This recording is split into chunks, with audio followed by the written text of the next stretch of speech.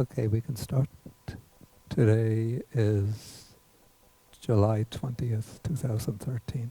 Okay, we start with the homage to the Buddha.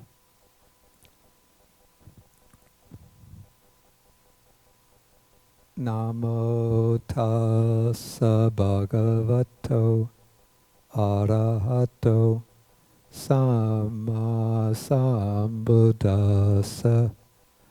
Namo tassa bhagavato arahato samma sambuddhassa. Namo tassa bhagavato arahato samma sambuddhassa. Okay, good morning, everybody.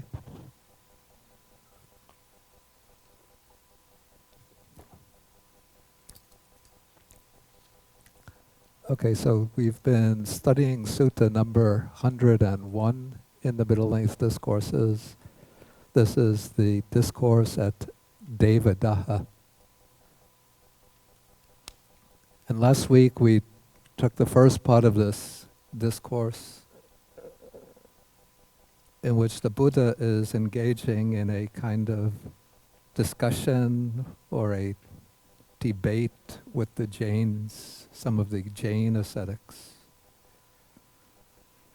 And according to the Jain teaching, sort of the underlying foundation of their practice is the idea that in order to be completely liberated, they have to eradicate all of the karma that has been stored up through the beginningless past. Because whatever, they say, whatever a person experiences, all, whether it's painful or pleasant, all that is the result of karma that was done in the past. And so to be liberated, what they try to do is to accelerate the process of exhausting the karma by subjecting themselves to physical austerities, to practices of self-mortification. And so this is quite different from the Buddha's practice. And so the Buddha first approaches the Jains and then he asks them whether they know that they've experienced so much, that they've undergone so much karma in the past, whether they existed in the past or did not exist, whether they did evil actions in the past, whether by practicing these austerities they're going to exhaust their suffering, and so on and so forth. And to all of these questions, the Jains answer no, that they don't have that knowledge themselves. Okay, so then in paragraph 9 of the sutta, on page 829, the Buddha says, "But since, O friend Nikantas, you do not know that you existed in the past," and so forth, it is not fitting for the Venerable Nikantas to declare, to make all of these declarations that whatever a person experiences is due to what was done in the past, that when they undergo these austerities, all suffering will be exhausted. So that's where we finished up last time. And so now the text continues. When this was said, then the Nikantas told the Buddha, they said, "Friend, the Niganta Nataputta is omniscient and all-seeing, and he claims to have complete knowledge and vision. Thus, whether I'm walking or standing or asleep or awake, knowledge and vision are continuously and uninterruptedly present to me." So according to the Buddhist text, this is a claim that the teacher of the Jains, Mahavira, made about himself, to have omniscience on all occasions, under all circumstances, even when he's asleep. He knows everything. Okay, and then the Jains continue.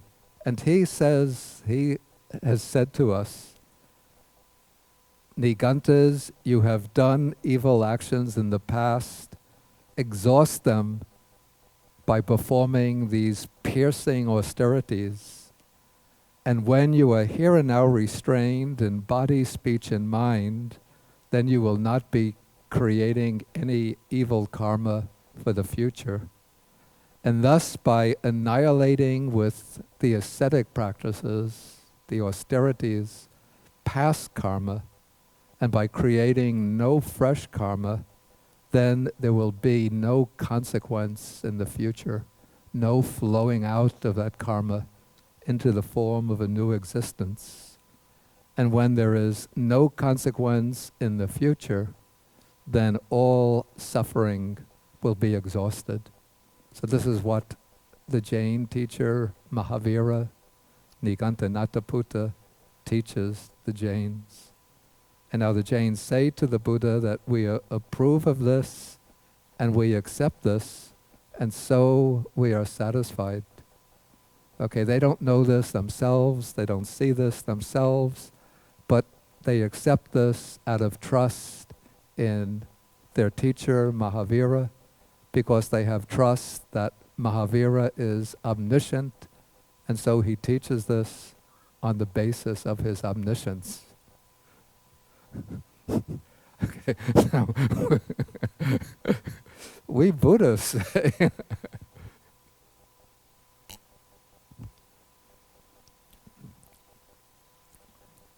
we say that we have defilements. Because of the defilements, we create karma. And through the maturing of this karma, we experience pleasure and pain and sometimes fortune, misfortune in this present life, and we'll experience it in future lives. You know, just look at the account of the Buddha's enlightenment. We looked at it last week. The Buddha says that with the divine eye, which is purified, surpasses the human, I saw beings passing away and taking rebirth. Those who did bad deeds of body, speech, and mind are reborn in bad destinations. They meet with misfortune, they undergo suffering, and so on. Whereas those who have done good deeds by body, speech, and mind are reborn in happy states. They meet with good fortune and they experience good circumstances and pleasant experiences. And so if somebody asks, well, we're Buddhists, what is the basis for believing that? Or what is the basis for accepting that? What do you say? Johnny? Faith in what? What?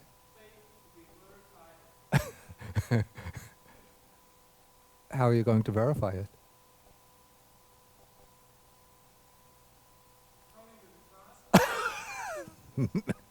No. The Jains can say, we reflect on this, it seems reasonable to us. Sagarakanti, how about you?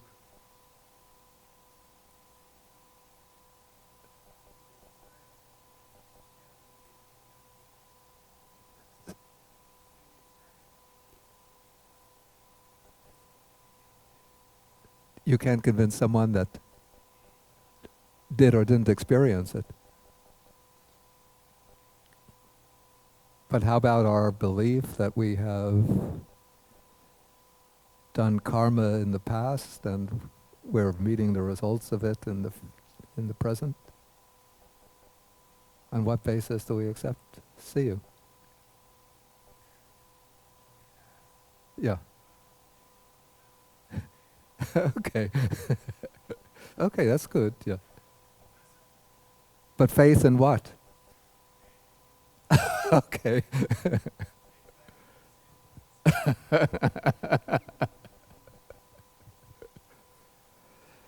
Okay, so we have faith in the Buddha too. We accept this on faith in the Buddha. The Buddha, at least in the suttas, he doesn't claim to be omniscient, all knowledge, to have all knowledge present all the time, sleeping and waking. But he certainly declares certain things on the basis of abhinya, super knowledge.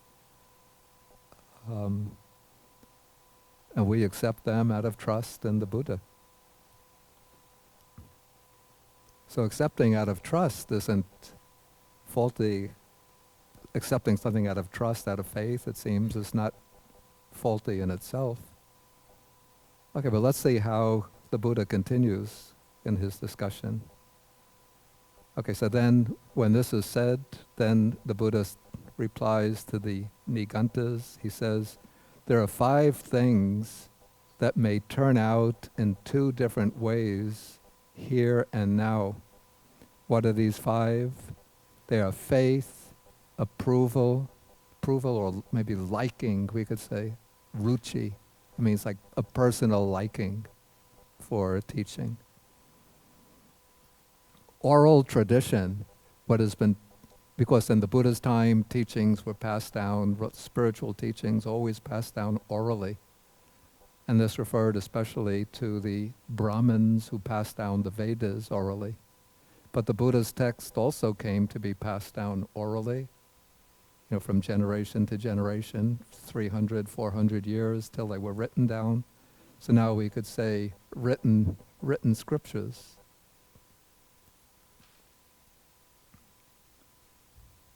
Okay, then reasoned cogitation or reflection. I think, Johnny, you said that. And then the 5th is reflective acceptance of a view. That is when is exposed to a particular view and one reflects upon it. So actually we could say that all of these 5 could be basis for a Buddhist to accept the idea of karma and rebirth. We have faith in the Buddha, and we believe that at least these texts are preserving the word of the Buddha. We have what's called approval here, but maybe I would prefer liking. Just somebody spontaneously develops a liking for Buddhism, and so then they find out what the Buddha's teaching is, and so because they like Buddhism, and so they'll accept what the Buddha says about karma, rebirth, defilements. Oral tradition, or now we could say a scriptural tradition. This is what it says in Majjhima Nikaya, Sutta number 4, passages 27, something like that. Reason cogitation, or reflective reflection on reasons. I could reflect, why do some people have a lot of misery, illness, misfortune, trouble, difficulties. Other people, everything goes easy for them. They meet with success, whatever they do. The one who tries hard, he is always meeting with obstacles. The one who just sits back and, watches the ball game and listens to music, goes outside and just strikes it rich. So why does this happen? So one reflects, and then maybe one thinks it must be due to deeds, their past actions when in previous lives, and so on. Then reflective acceptance of a view. Again, one gets exposed to the view of Buddha Dharma, one reflects on it, and one can accept it. So the things the Buddha says here, these may turn out in 2 different ways here and now. He doesn't elaborate it here, probably in the actual situation he did, but a few suttas earlier, the 2 different ways things will turn out is explained, and so probably the compilers of the text didn't have to fill this out because they would have realized that the reader or listener would know it from the previous sutta. So the way things turn out, 2 different ways things might turn out, is the Buddha says a person, yes, on page 780 in the Majjhima Nikaya, somebody might accept something fully out of faith, and the faith might turn out to be empty, hollow, and false. But again, somebody might accept something fully out of faith, and it might be true and valid. Similarly, with each of the others, somebody might like something, it might be false, and somebody might like something and it might be true. And so with each of the other reasons. So the point is that these 5 reasons for accepting a teaching, for accepting a belief, are not sufficient to guarantee the truth of that belief. What they will do is dispose one to accept the belief, but in order to determine whether the belief is true or false, one needs a more secure basis, a more solid ground, which would be personal, experiential confirmation. Okay, so now the Buddha continues, and he is somewhat hard on the Jains, I have to say. He says, what kind of faith do you venerable Jains have in a teacher who speaks about the past? What kind of liking or approval? What kind of oral tradition? What kind of reasoned cogitation? What kind of reflective acceptance of a view? And speaking thus, I did not see any legitimate defense of their position by the Jains.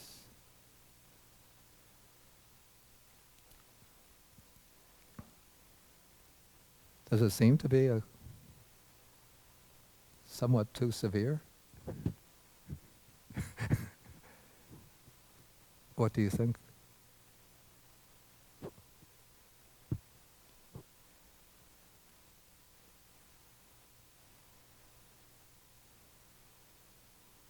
Okay, suppose we have some some Jains sitting in the audience, and I give a typical explanation of the 12 links of dependent origination. So I say, because of our ignorance and craving in the past, we engage in karmic activities. Those karmic activities bring about a renewal of the stream of consciousness at rebirth. When consciousness descends and gets a footing, it brings along name and form. From the development of name and form, there emerge the 6 sense bases. The 6 sense bases give rise to contact. Contact gives rise to feeling. Feeling gives rise to craving and clinging. Through our clinging, we generate a new existence in the future. Then comes new birth, then old age and death. So now, just when I feel very proud of myself for such an elegant explanation of the 12 links, some Jains come up and say, what is your basis for explaining in that way? So I say, this is what I learned from the Buddha's text. Then he says, well, what kind of faith do you have, Bhante, in the Buddha's text? What kind of liking, what kind of reasoned reflection, what kind of reflective acceptance of a view? Speaking thus, I did not see any legitimate defense of his position by Bhikkhu Bodhi.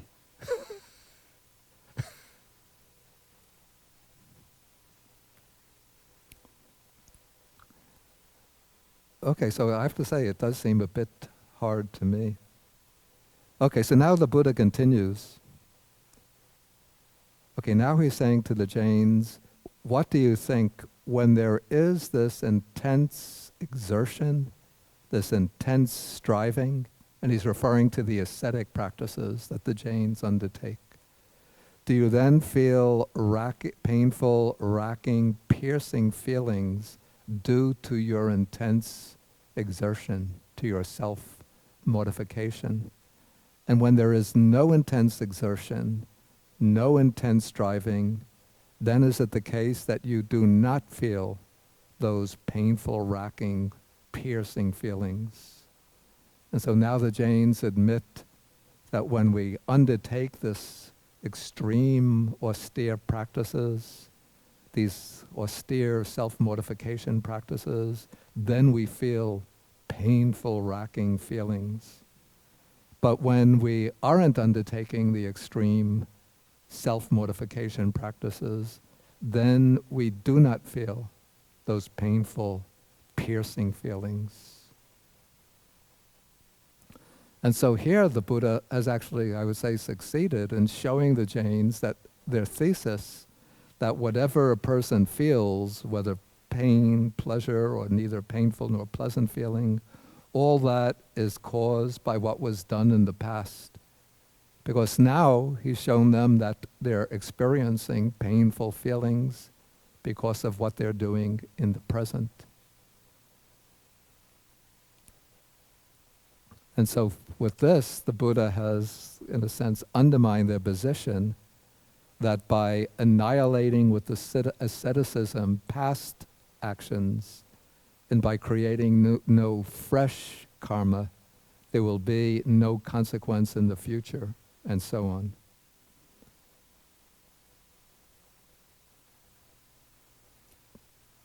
So now the Buddha sort of draws out the conclusion. He says, if when there was intense striving, you experience those painful feelings due to your striving. But when there was no intense exertion, no intense striving, you still experienced those extremely severe painful feelings. In that case, you might have some basis for claiming that whatever one feels is due to action performed in the past. But since you feel those extremely painful feelings only when you're engaged in the self-mortification, and when you stop the self-mortification, those painful feelings stop, then you cannot claim that everything that you feel is due to what was done in the past. And so then the Buddha says it is through ignorance, unknowing, and delusion that you mistakenly hold whatever this person feels, whether pleasure, pain, or neutral feeling, all that was done all that is felt because of what was done in the past.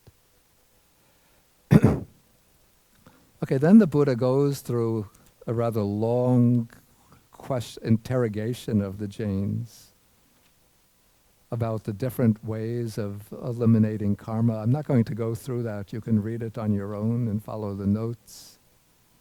But we just come to the conclusion. It gets rather long and tedious, but I'll just maybe try to sum up the conclusion.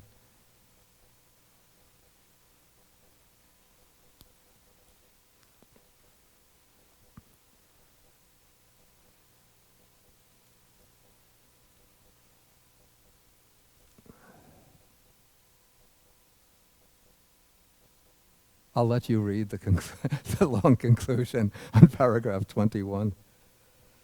But with paragraph 22, then the Buddha draws out what he takes to be 10 legitimate deductions from their own assertions, from what the Jains themselves have admitted, 10 deductions from their assertions that provide grounds for censoring them.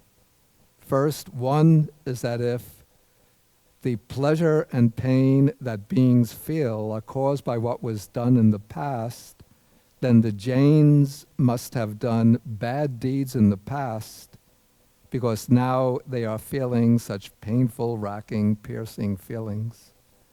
Okay, so if they're subjecting themselves to such, intense austerities,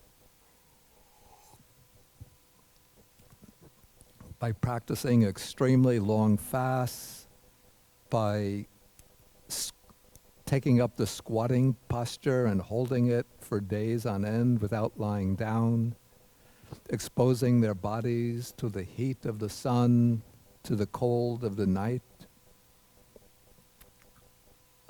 lying down on beds of thorns, then they're experiencing extremely painful feelings. And so all of these, if all of these feelings were done by their karma from past lives, then they must have created bad karma in their past lives.